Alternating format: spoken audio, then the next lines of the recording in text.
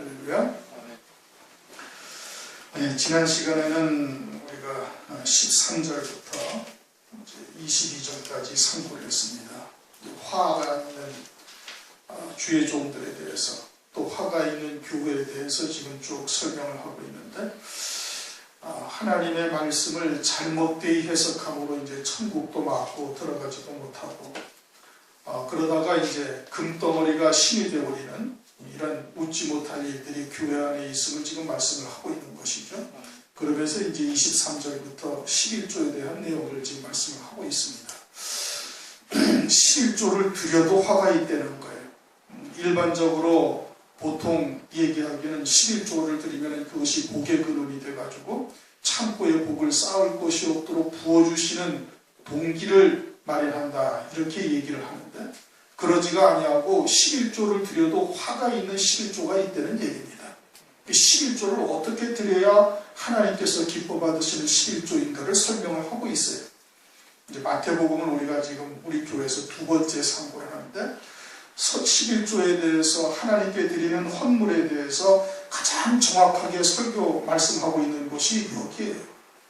이것을 이제 또 다시 반복해서 우리가 이 말씀을 상고할 기회가 있을지 없을지는 모르겠어요. 그러나 우리가 이 말씀을 통해서 우리가 드리는 헌물, 헌신 또는 헌금, 주님 앞에 나와서 행하는 모든 것들이 이 말씀이 아주 근본이에요. 기본이에요.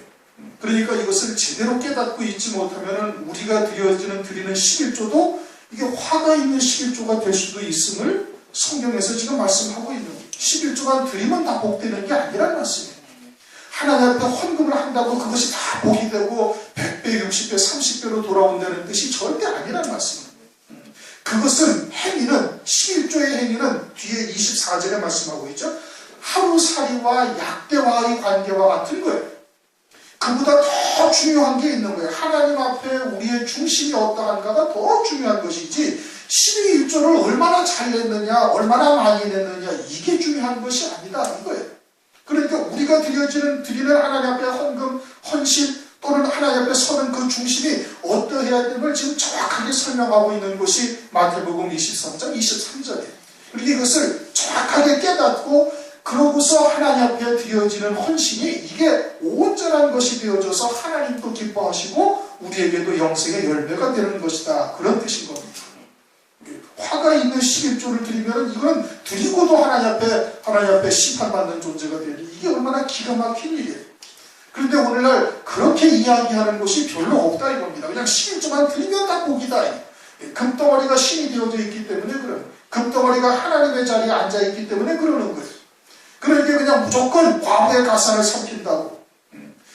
성전으로 맹세하면 뭐 지키든 안 지키든 상관없지만 성전에 금으로 맹세하면 반드시 지키라, 이런 식으로 변질이 되어 있다 보니까 그냥 11조만 드리면 무조건 복이 있다고 그러는데, 그러지 않고 11조를 드려도 화가 있다. 기가 막힌 말씀이죠. 23절 화 있을진저 외식하는 서기관들과 바리새인들이여, 너희가 박하와 회양과 근체의 11조를 드리라. 박하와 회양과 근체라는 것은 우리가 일상적으로 그 음식을 만들 때 쓰는 뭐 후춧가루나 또는 뭐 양념과 같은 아주 향신료, 조미료와 같은 것에 소득이 있다면 그것까지도 10분의 1을 정확하게 구별해서 이 바리새인들과 서기관들은 하나님 앞에 11조를 드린 거예요. 그렇게 11조 생활을 하고 있어요. 얼마나 정확하게 해요. 아주 뭐 기가 막히게 11조를 아주 철저하게 계산해가지고 이렇게 11조를 드리고 있는데, 율법에 더 중한 바 의와 인과 신을 버렸도다. 그러나 그 11조에 드리는 행위, 돈의 액수가 중요한 것이 아니라 그보다 율법에 더 중요한 것이 있는데, 의와 인과 신이 있는데 이것을 너희들이 다 버리고 이제 행위적인 11조를 지금 하고 있다 이겁니다. 그래서 화가 있다는 얘기예요. 그러니까 율법에 더 중한 바 의와 인과 신을, 이게 무엇을 말하는지를 알아야 되는 것이고, 이것을 오늘날 그들을 그림자로 오늘날 그리스도인들에게 너희들도 예수 안에서 의와 인과 신을 버리고 그저 11조의 행위만 한다면 그 너희들 화가 있다는 얘기입니다. 그들을 그림자로서, 그들을 거울로서 오늘날 우리들에게 교훈하시는 거예요. 그러니 우리가 어떻게 11조를 드려야 온전한 11조가 되는 것인가, 우리가 어떻게 주님 앞에 헌신을 하여 온전한 헌신이 되어지는가를 말씀을 하고 있는 거예요. 그러면서 그러나 이것도 행하고 저것도 버리지 말아야 할지니라. 그 11조를 하라는 얘기에 말라는 얘기에 해야 된다는 얘기. 이것도 행하고 저것도 버리지 말아야 된다. 그런데 오늘날 예수 그리스도가 모든 율법을 다 폐했다, 율법을 다 이루었다 해가지고 11조를 안 드려도 된다라고 주장하는 곳이 더러더러 있어요.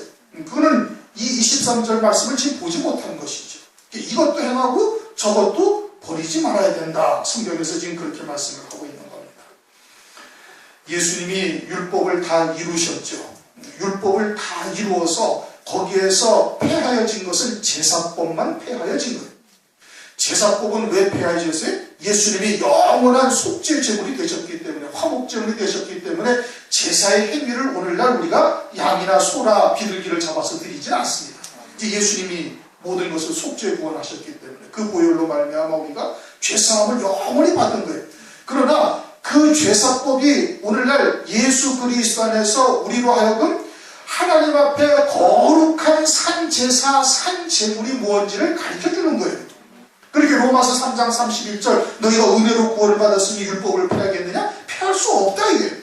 율법은 그대로 있어서 그 그림자로서 오늘날 우리들에게 무엇이 온전한 산제사로 산제물로 드려지는지를 알려주시는 것이지 율법이 절대 폐하여진 게 아니다 이게. 율법을 온전케 하려고 주님이 오신 거예요. 온전케 하려고. 그러니까 구약 성경에 그대로 있는 것이죠. 그래도 그대로 있는 거예요.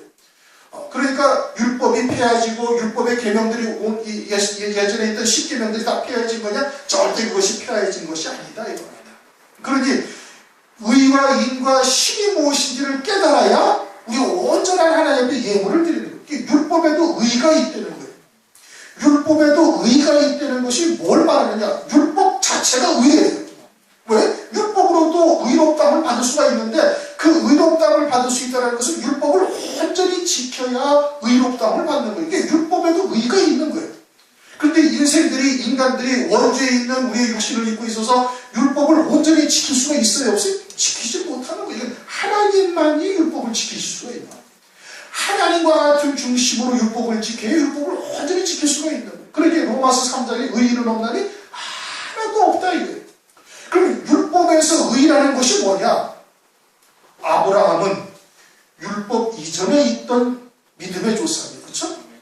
아브라함이 율법 전에 있어요. 그런데 아브라함이 의롭다함을 받았어요? 못 받았어요? 받았어요. 어떻게 아브라함은 율법도 있기 전에 의롭다함을 받았나 이거예요. 아브라함이 요한복음을 보면 뭐라고 말씀을 하고 있는 거니? 요한복음 8장 56절 너희 조상 아브라함은 나의 때 볼 것을 즐거워하다가 보고 기뻐하였다. 주님의 때를 볼 것을 늘 소망한 거예요. 아브라함이. 그것이 아브라함에게 의가 된 거예요. 마찬가지로 율법을 온전히 지켜야 의가 되는데 율법을 인생들은 온전히 지킬 수가 없어요. 하나님처럼 지켜야 율법이 온전한 거예요. 그래서 예수님이 율법의 마침이 되셨잖아요. 율법을 온전히 이루신 것이 됐잖아요. 그런데 어느 인간도 율법을 하나님처럼 지킬 수가 없는 거예요. 그래서 율법은 뭐를 소망하게 하는 거예요? 그리스도를 소망하게 하는 거예요. 그리고 아브라함도 그리스도를 소망한 거예요. 메시아를 소망하니 그것이 의가 된 거예요. 율법은 죄를 깨닫게 해서 우리로서는 도저히 의에 이를 수 없는 존재인 것을 깨닫고 여자의 후손, 창세기 3장 15절에 말씀하시는 여자의 후손이 오셔야 할 것을 소망케 한다 이겁니다. 그게 율법을 통해서 주시는 거예요. 그래서 아브라함은 믿음의 조상이 되어져서 믿음으로 의롭다함을 받았는데 그 이후에 나오는 아브라함의 후손들이 유대인들이 온전함에 이르지 못하는 그 믿음을 쫓지 못하니까 율법을 주신 거예요. 율법을 통해서 그 그리스도를 소망하게 하기 위해서 율법을 주셨다 이겁니다. 그래서 율법이 모각선생이 된 거죠. 그러니까 아브라함이 믿음으로 의롭다함을 받은 거예요. 그럼 율법을 통해서 행함으로 의롭다함을 받을 수가 있어요? 못 받는다 이겁니다. 그런데 바리새인들은 어떻게? 서기관들은 율법을 철저히 지켜 행함으로 자기들이 스스로 의롭다고 생각을 하는 거예요. 하나님께서 보시기에는 전혀 의롭지 아니하는데. 그러니까 너희들은 이 의를 버렸다 이거예요. 하나님께서 율법을 주신 참된 뜻이 무엇인지를 깨닫고 있지 못한 것이다 이겁니다. 율법을 버린 거예요. 그 다음 율법에 뭐가 있대? 인이 있다는 거예요. 인이 뭐예요? 사랑이지. 하나님의 사랑이다 이게. 그럼 율법을 통해서 하나님이 어떻게 우리를 사랑하는 사랑이 드러났느냐? 율법을 통해서는 죄를 깨닫는데 죄를 깨닫게 하시면은 죄로 인하여 정죄하고 우리를 심판하고 죽이시는 건 아니다 이거예요. 재물을 갖다가 그 위에 내 죄를 고하고 안수를 하고 그리고 내가 죽어야 할 자리에 내 대신 뭐가 죽어요? 소나 양이나 비둘기가 내 대신 죽는 거예요. 그러고서는 우리는 어떻게? 죄사함을 받아요. 살기심을 받는 거예요. 그게 하나님의 사랑이다 이거예요. 율법을 통해서 그 사랑을 깨닫고 하나님께 늘 감사해야 되는데 그 감사가 빠진 거예요. 그냥 소나 양이나 재물을 갖다가 딱 드리면 그것으로 하나님 됐다 하고 하나님 앞에 당당하게 쓴다. 이게 죄지. 그 신을 버렸다. 의를 버렸다. 그 다음에 뭐를 버렸어요? 신을 버린 거예요. 그럼 율법으로 말미암아 죄가 생각나서 소나 양이나 비둘기를 갖다가 목을 꺾고 그리고 소나 양을 갖다가 피를 흘려서 제단 꿀에 바르면 우리 죄가 완전히 사해지는 거예요? 아니다 이거예요. 그걸로 사함받는 것이 아니다 이겁니다. 히브리서 10장 4절 소나 양의 피가 염소의 피가 너희 죄를 사하는 것이 아니다 이거예요. 그것은 그림자요 장차 오실 메시아가 십자가에서 피 흘려 죽으실 것을 전제로 사함을 받는 거예요. 몽학 선생이 되어져서 누구를 소망해야 되는 거예요? 그리스도를 소망하게 하는 것이다 이겁니다. 율법이 그리스도를 소망하는 믿음으로 사는 자가 되어야 되는 거예요. 율법을 통해서 오직 누구를 바라봐야 되는 거예요? 그리스도를 바라봐야 되는 거예요. 그런데 그리스도를 바라보지 않는 자기들이 다 의롭다고 생각을 하고 있으니 너희들은 의와 인과 신을 버렸다고 주님께서 책망을 하시는 거예요. 그렇게 드리는 예물은 11조는 아무리 박하와 배양과 근치 11조까지 정확하게 계산해서 하나님께 드린다 해도 그것은 헛것이다. 그건 화가 있다 이겁니다. 하나님의 율법을 주신 참된 뜻을 버려버렸다 이겁니다. 그러면 오늘날 우리들은 예수 그리스도 안에서 11조를 드리고 있어요. 예수 그리스도 안에서 11조를 드리면은 그러면 이 그리스도를 소망하며 그리스도를 믿는 믿음으로 그리스도의 사랑으로 우리가 하나님 앞에 예물을 드리고 있으니까 그것은 온전한 것입니다. 아니 이제는 거꾸로 돌아가는 거예요. 다시 돌아가서 예수 그리스도 안에서 의와 인과 신을 버리고 드리는 예물은 그 화가 있는 11조가 된다는 겁니다. 그러면 예수 그리스도 안에서의 의라는 것은 뭐예요? 예수 그리스도 안에서 그리스도의 인이 되는 가장 기본이 뭐냐면은 세례예요. 세례. 구약의 할례. 그것을 골로새서 2장 10절 11절 그는 육적 몸을 벗는 것이요 그리스도와 함께 죽는다 이겁니다. 죽는 것이에요. 뭐가? 내가 죽은 거예요. 내가 이미 2000년 전에 예수께서 십자가에서 다니실 때 나는 이미 예수와 함께 그때 죽은 존재인 것이고 십자가 못 박혀 우리의 옛사람은 죽은 존재인 것이고 이제는 그리스도 안에서 새 생명으로만 사는 자다 이겁니다. 로마서 6장 3절 4절 말씀처럼 이제 그리스도 안에서 새 생명으로 사는 자요 이제는 그리스도 안에서 새 피조물이 되어져 있는 거예요. 거듭난 존재가 되어져 있는 거예요.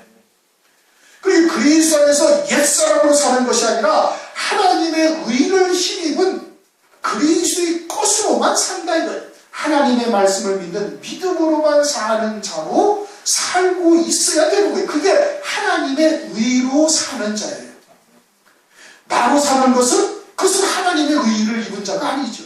하나님의 의로 산다라는 것은 그것은 옛사람은 예수와 함께 완전히 십자가에서 죽은 존재예요. 이제는 그리스도 안에 새 생명으로 사는 자인데 그리스도 안에 새 생명으로 새 피조물로 산다는 게 뭐냐? 그것은 하나님의 말씀을 믿는 믿음으로만 사는 자다 이겁니다. 내 생각이나 내 의지나 또는 세상의 이치나 또는 이성이나 윤리도덕이나 이런 걸 다 버려버리고 하나님의 말씀에 붙들림 바 되어지고 하나님의 말씀을 믿는 믿음으로만 사는 것이 그게 하나님의 의로 사는 거예요.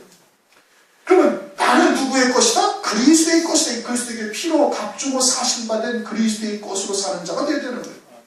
그리스도의 것으로 사니까 내가 가서 직장에 가서 일을 하고 또는 힘을 들여서 일을 하고 벌어진 소득이 누구의 것이? 주님의 것이에요. 내 것이 아니라 내게 재능을 주시고 힘을 주시고 일할 이곳을 주시고 그리고 건강을 주셔서 가서 일을 하게 하셨으니 그 모든 소득이 누구의 것이다? 주님의 것이다. 그러니 나의 모든 소득이 우리의 목숨도 주님의 것이요 나의 모든 소득도 주님의 것임을 고백하는 마음으로 그 중에 10분의 1을 하나님 앞에 거룩히 구별하여 드리는 것이 그게 하나님의 의로 드리는 거예요. 그리스도 안에서 의로 드리는 것이다 이겁니다. 그렇지 않고 내가 내 힘으로 나가서 내가 열심히 찾아보니까 어린 직장이 있고 일할 곳이 있어서 가서 일을 하고 그리고서는 거기서 내가 열심히 일을 해가지고 내 힘으로 버는 돈 중에서 내가 구별하여 하나님 앞에 10분의 1을 드린다는 것은 그것은 하나님의 의로 드리는 것이 아니니 그거는 화가 있는 11조가 된다 이겁니다. 화가 있는 11조가 되는 거예요. 그 다음에는 뭘로 드려야 된다? 인으로 드려야 된다. 사랑으로 드려야 된다 이겁니다. 하나님의 사랑을 깨닫고 그 사랑 안에서 드려야 되는 거다 이겁니다. 하나님이 우리를 어떻게 사랑하시? 육신의 부모도 보면은 우리를 아주 일방적으로 사랑하시는 거예요. 그렇죠? 뭔 대가를 받아고 사랑하시나요? 그렇게 사랑하지 않아요. 그냥 자기가 자식들을 갖다가 아주 일방적으로 사랑하시는 거예요. 그냥 은혜롭게 사랑하는 거예요. 은혜롭게. 하나님도 마찬가지로 우리를 그렇게 사랑하시는 거예요. 그냥 우리가 죄인임에도 불구하고 그 죄대로 우리를 갖다가 보응하거나 죄대로 죄값으로 아버지 하나님께서 즉각 심판하지 않으시고 그리스도의 보혈로 우리를 갖다가 긍휼히 여기시며 오래 참으시고 아주 하나님께서 일방적으로 사랑을 하시되 영원한 하늘나라에 영원한 기업을 예비해 놓으시고 그것을 영원토록 누릴 수 있도록 이끌어 가시는 아주 어마어마한 진리의 사랑을 하나님께서 우리에게 베풀고 계시다 이겁니다. 육신의 아버지는 우리가 육신에 사는 동안만 우리를 사랑을 하는 거예요. 그러나 하나님 아버지께서는 영원히 살아계셔서 영생토록 복을 누릴 수 있도록 우리를 갖다가 사랑하시고 은혜를 베푸시고 계시는 거예요. 그러니까 그러한 하나님의 진리의 사랑, 그러한 하나님의 영원한 사랑을 깨닫는 마음으로 감사함으로 드려야 되는 거예요. 그것이 그리스도 안에서 인을 깨닫고 하나님의 사랑을 깨닫고 드리는 예물이 된다 이겁니다. 그 다음에 어떤 사랑이? 신을 사랑하는 거예요. 그리스도 안에서의 신, 믿음이다 이겁니다. 그리고 그리스도 안에서의 믿음은 뭐예요? 율법이 있기 전에는 오직 그리스도를 소망하면서 그 믿음으로 사는 거예요. 이제는 그리스도 안에서 우리의 믿음이 어떤 믿음이? 보이지 아니하는 영원한 소망을 소망하는 믿음으로 사는 거예요. 하늘에 예비된 영광이 무엇인지 말씀을 통해서 깨닫고 그 영생의 복이 무엇인지를 우리가 소망하는 그 믿음으로 하나님 앞에 드려야 되는 거예요. 믿음의 조상인 아브라함이 하나님 앞에서 여러 가지 언약을 받았지만 그가 결국 하나님 앞에 무엇을 소망했다? 한 성을 소망했다. 히브리서 11장 10절을 보면 그렇게 말씀을 하고 있습니다. 이 히브리서 11장에 보면은 믿음의 조상들이 쭉 말씀을 하면서 그러면서 하는 말씀이 믿음의 조상인 아브라함이 한 성을 소망했다. 그리고는 하나님께서도 히브리서 11장 16절 저희들의 하나님이 됨을 내가 부끄러워하지 아니하고 저희들을 위하여 한 성을 예비했다. 그 성이 뭐냐? 이 새 예루살렘 성이요. 따로 높은 산, 크고 높은 산에 예비하신 그와 같은 새 예루살렘 성, 그리스도의 신 어린 양의 아내 될 것을 말씀하고 있는 것이죠. 그러니 오늘날 우리들도 무엇을 소망하면서 무엇을 믿음으로 그 한 성을 소망에 대한 그 성에 대한 소망을 믿음으로 하나님 앞에 10의 1조를 드려야 그것이 온전한 10의 1조가 되는 거예요. 그렇게 믿음으로 드린다면 그 어떤 것도 아깝지가 아니한 거예요. 하나님 앞에 뭐 그냥 계산하고 말고 할 것이 없어지는 거예요. 그런데 이와 같은 10의 1조를 드리지 아니하고 그저 말라기서 3장 10절을 보면은 복을 창고에 쌓을 곳이 없도록 붙지 아니하나보라.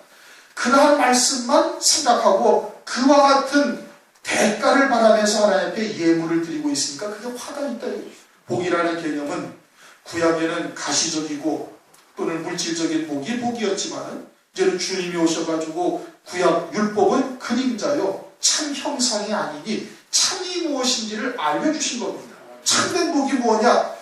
영이 가난한 자, 심령이 가난한 자, 애통하는 자, 온유한 자, 그러면서 의를 위하여 핍박을 받는 자가 하늘의 상이 아주 크다 이겁니다. 그러니 참된 복이 뭐예요? 하늘에 예비하신 영광이 그것이 참된 복인 거예요. 그러니 그와 같은 복을 반드시 하나님께서 주시겠다 이렇게 말씀을 하고 있는 것이죠. 말라기서 3장 10절 11절 가면 황충을 금한다 그렇게 말씀하셨어요. 그렇죠? 우리가 이제 요한계시록을 상고하면서 황충의 화가 무엇인지를 우리가 알고 있거든요. 그러니 온전한 의와 인과 신으로 예물을 드리는 자에게는 그처럼 첫째 화인 황충이의 화가 임하지 아니하도록 하나님께서 하시는 거예요. 그러한 중심이라면 일찍 한때 두때 이미 다 순종할 수 있게 하나님께서 은혜를 베풀어 주신다 이겁니다.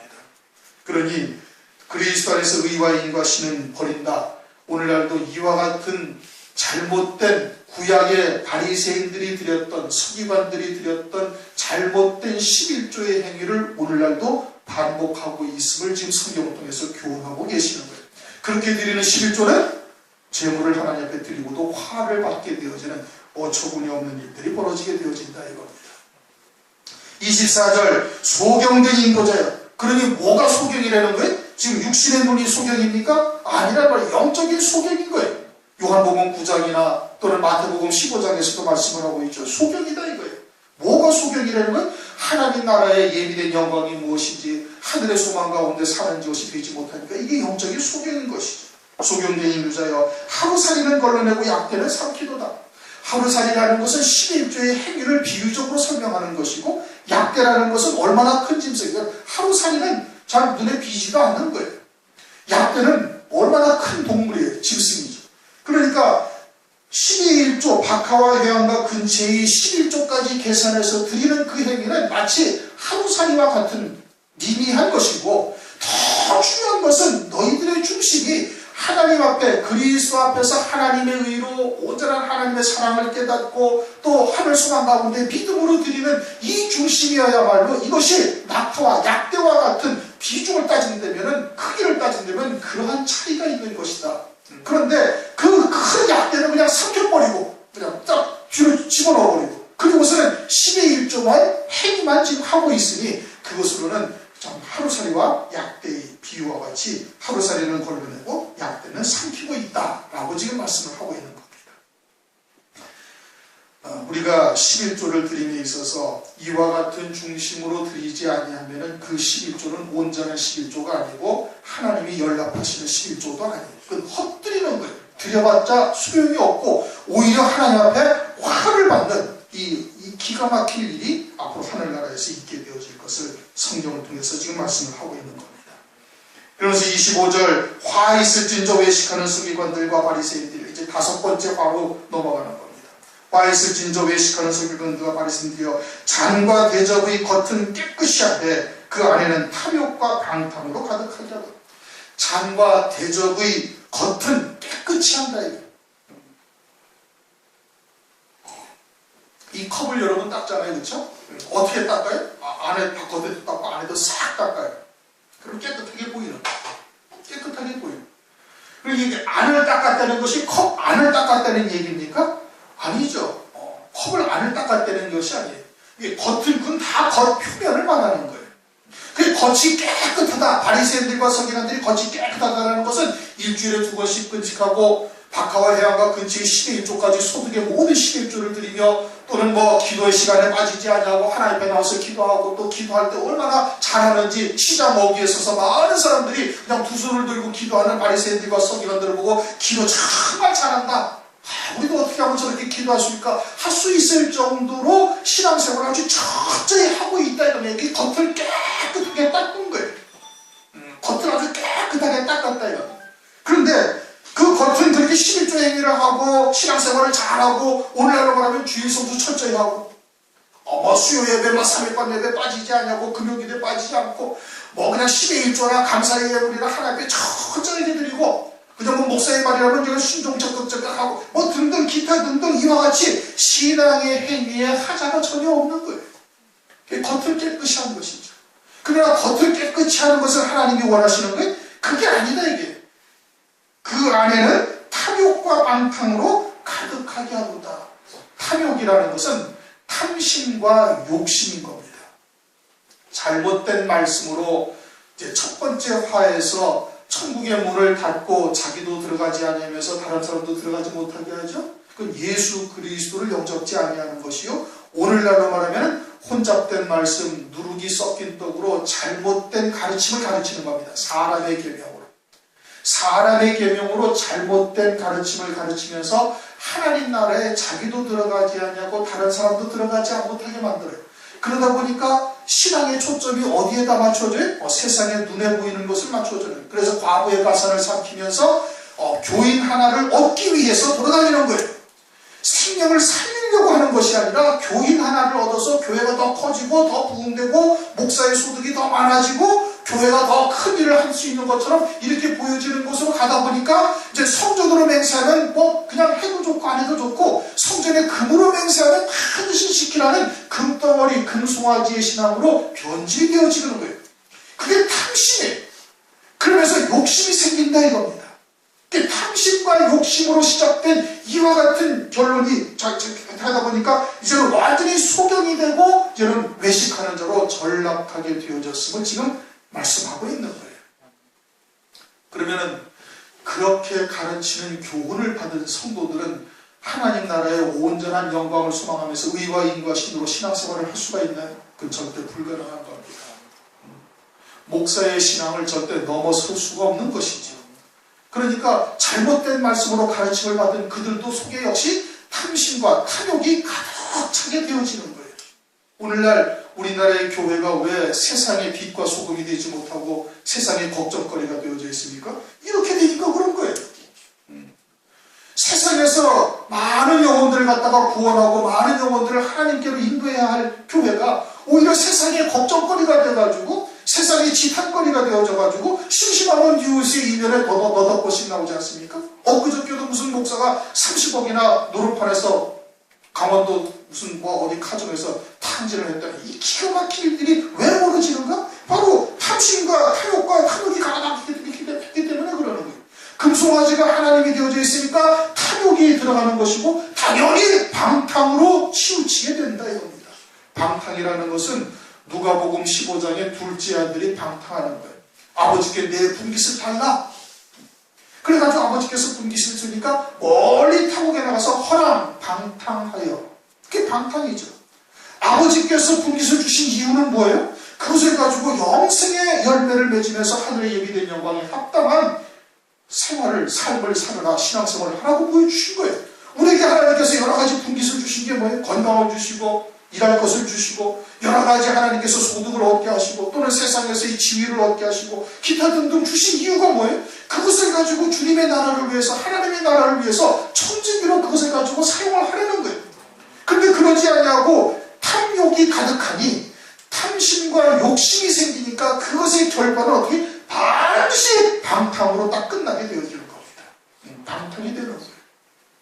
이 주의 종이 그런 짓을 하고 돌아다니 그 말씀을 듣고 사는 성도들이 오죽하겠느냐고 다 똑같은 겁니다. 그들의 열매는 하나도 없는 것이 되는 거예요. 탐욕, 탐심과 욕심으로 가득하고 그러니 결과적으로는 방탕으로 치우치게 된다라고 지금 말씀을 하고 있는 겁니다. 그래서 소경된 바리새인아 26절 너는 먼저 안을 깨끗이 하라. 안을 깨끗이 하라는 얘기예요. 이 컵에 안을 닦으려는 얘기입니까? 신앙생활을 거룩하게 하려는 얘기입니까? 아니에요. 속사람이 그리스도 안에서 세례받은 자는 육으로 사는 것이 아니에요. 거듭난 존재가 되어지면은 그 그리스도 안에서 새 생명으로 사는 것이고 그 새 생명은 하나님의 말씀이 생명이 되어져서 하나님의 말씀을 믿는 믿음으로 사는 것이 그 속사람인 거예요. 그래서 겉사람은 날로 후패해져 가지만 속사람은 그리스도 안에서 날로 강건해져 가는 놀라운 은혜가 임하게 되는 거예요. 날이 갈수록 육체는 점점 힘이 떨어지고 하나님의 나라의 이제 장막을 벗어날 날이 가까워지고 속사람은 어떻게? 속사람은 날로 강건해져야 되는 것이 신앙생활의 기본이에요. 그러지 못하다면 뭔가 잘못되어져 있는 거예요. 우리도 옛날에 다 해봤어. 그건 육으로 다 한 거예요. 그건 잘못된 거예요. 신앙생활은 나이와 상관이 없는 거예요. 주님 나라에 갈 날이 더 가까워지고 속사람이 하나님의 말씀으로 점점 채워져서 그리스도의 형상으로 세워져 간다면 그 속사람은 날이 갈수록 강건해져 가고 날이 갈수록 더 힘이 솟구치는 것이 당연하다 이겁니다. 그렇지 아니하면 그 무언가가 지금 신앙생활을 거꾸로 하는 것이고 잘못되어져 있는 거예요. 세례받은 자가 되어지면 그리스도 안에서 새 생명으로 사는 것이요 히브리서 8장 10절에 내가 내 법을 그의 생각에 두고 그의 마음에 기록한다 이거예요. 하나님의 말씀이 우리의 신비에 새겨져서 이제는 우리의 모든 생각과 세상의 이치, 세상의 논리를 다 잠재우고 복종케 하고 하나님의 말씀을 믿는 믿음으로만 사는 자로 우리를 갖다가 세워져 가시는 거예요. 열매를 맺어 자라가게 하신다 이겁니다. 그러면 그 속사람이 깨끗해진다 이거예요. 하나님만이 순결해. 시편 12편에 말씀하고 여호와 하나님의 말씀만이 순결하다, 깨끗하다. 누구만이 선하다? 하나님만이 선하신 거예요. 그러니 하나님의 말씀이 내게 새겨지고 하나님의 말씀을 믿는 믿음으로 살고 그 말씀이 나의 생명이 되어져 있으면 그 말씀을 믿는 믿음으로 사는 것만큼 우리의 속사람이 깨끗해지는 거예요. 우리의 속사람이 깨끗해지면 자연히 나타나는 삶의 열매도 깨끗해진다. 이게 거룩해지는 것이죠. 속사람이 그리스도의 형상으로 회복되어지고 그리스도의 장성한 분량으로 세워졌는데 겉사람은 음란방탕하고 아주 퇴폐한 그와 같은 삶을 살 수 있습니까? 절대 불가능한 겁니다. 있을 수가 없는 일이에요. 속사람이 강건해지고 속사람이 그리스도의 형상으로 세워지면 우리의 겉사람도 속을 쫓아서 신앙생활이 열매가 맺혀지고 하나님이 보시기에도 참으로 기뻐하시는 거룩한 영생의 열매를 맺는 삶으로 당연히 바뀌어지는 거다 이겁니다. 그러니 신앙생활을 오래 했는데 속사람은 전혀 변화가 없었고 그저 인격이나 수양하듯이 좋은 말씀이나 들으러 교회나 왔다 갔다 했다면 그거 다 말처럼 헛것이 되는 거예요. 하나님 앞에 아무 열매가 되지 못하는 것이에요. 그러니 안을 깨끗이 하는 무엇이 깨끗한 거예요? 하나님만이 깨끗하신 거예요. 하나님의 말씀만이 순결한 거예요. 그러니 하나님의 말씀을 믿는 믿음으로 살게 되어질 때 성령께서 하나님 나라에 예비하신 영광을 보여주시고 뭘 통해서? 말씀을 통해서. 말씀을 통해서 하늘에서 이루시는 구원의 비밀을 깨닫게 하시고 그리고 그 말씀을 믿는 믿음으로 이 땅에서 세상을 이기는 삶을 살게 하시는 거예요. 세상의 것에 영향을 받지 아니하게 하신다. 육신의 정욕에 이생의 자랑에 또는 세상의 영광에 우리가 휘둘리지 아니하는 요동치 아니하는 믿음을 갖게 하시는 거예요. 그래서 히브리서 11장에 믿음의 선지자들이 어떻게 하셨어요? 세상이 감당치 못할 신앙을 갖게 되는 거예요. 더 좋은 부활을 위하여 악형을 받되 구차히 면하지 아니하며 톡으로 펴임을 당하고 돌로 맞기도 하고 세상에서 유리 결식하며 돌아다니지만 결코 세상에 굴복하는 자가 되지 아니되 세상의 환경에 우리가 굴하지 아니하고 세상의 권세에 굴복하지 아니하고 목숨을 위하여 비겁하게 구걸하지 아니하는 그와 같은 믿음의 선진들을 쫓을 수가 있게 하신다. 그게 깨끗한 거예요. 믿음으로 사는 거예요. 하늘 소망 가운데 주님이 걸어가신 그 길을 그대로 쫓는 자가 되는 거예요. 그게 깨끗한 삶이다 이겁니다. 그 속사람이 하나님의 말씀이 새겨지고 성령의 인도함을 받아서 예비하신 영광을 바라보고 믿음으로 그와 같이 세상에 휘둘리지 아니하고 세상의 것에 요동하지 아니하며 믿음으로 살아갈 때 그것이 깨끗한 신앙의 열매가 생기는 것이죠. 25절 화 있을 진저 외식하는 서기관들과 바리새인들이여 잔과 대접의 겉은 깨끗이 하되 오늘날도 이처럼 신앙생활의 행위에다가 초점을 맞추게 되어지면 이들과 다를 바가 하나도 없어지는 겁니다. 그렇게 되어지면 탐욕과 방탕으로 결국은 끝나게 되고 마는 거예요. 그러니까 어떻게 하라? 너희들 겉보다 속을 먼저 깨끗이 하라. 속사람이 그리스도의 형상으로 회복되어져야 된다. 속사람이 어떻게 그리스도의 형상으로 회복되어져야? 거듭나야 되는 것이고 그리스도 안에서 세례를 받은 자가 되어야 되는 것이고 이제는 육체로 사는 것이 아니라 그 내 안에 계신 그리스도로 사는 믿음의 사람이 되어야 되는 것이고 그럴 때 하나님께서 하늘에 예비하신 영광이 무엇인지 말씀을 통해서 깨닫게 하시고 말씀을 통해서 주님의 뒤를 쫓는 좁은 길, 협착한 길이 무엇인지를 알게 하시면서 그 뒤를 걸어가게 하시는 거예요. 그러면서 세상의 것에 요동치 아니하게 세상의 것에 흔들리지 아니하게 세상의 것에 우리의 마음을 빼앗기지 아니하도록 하나님께서 우리를 붙들어 이끌어 가신다 이겁니다. 그렇게 속사람이 강건해지면 겉에 나타나는 신앙생활의 행위도 당연히 깨끗해진다라고 지금 말씀을 하고 있는 겁니다. 오늘은 23절부터 26절까지 10의 1조와 어떻게 속사람이 깨끗해지고 하나님이 받으시는 합당한 열매 맺는 삶인가를 지금 말씀을 드릴 겁니다. 네 번째 화, 다섯 번째 화가 있다고 말씀을 하시는데 이것은 오늘날 교회들도 이와 같은 잘못된 신앙생활함으로 화 있는 자가 될 것을 바리새인들과 서기관들을 통해서 그림자로 계시하고 있는 것이에요. 오늘 우리가 잘 깨닫고 우리가 드려지는 예물 또는 우리가 드려지는 헌신이 헛되지 아니하도록 하나님 나라 앞에 섰을 때 책망받는 자 되지 아니하시기를 주님의 이름으로 축원합니다. 동서로 잠시 기도하시겠습니다.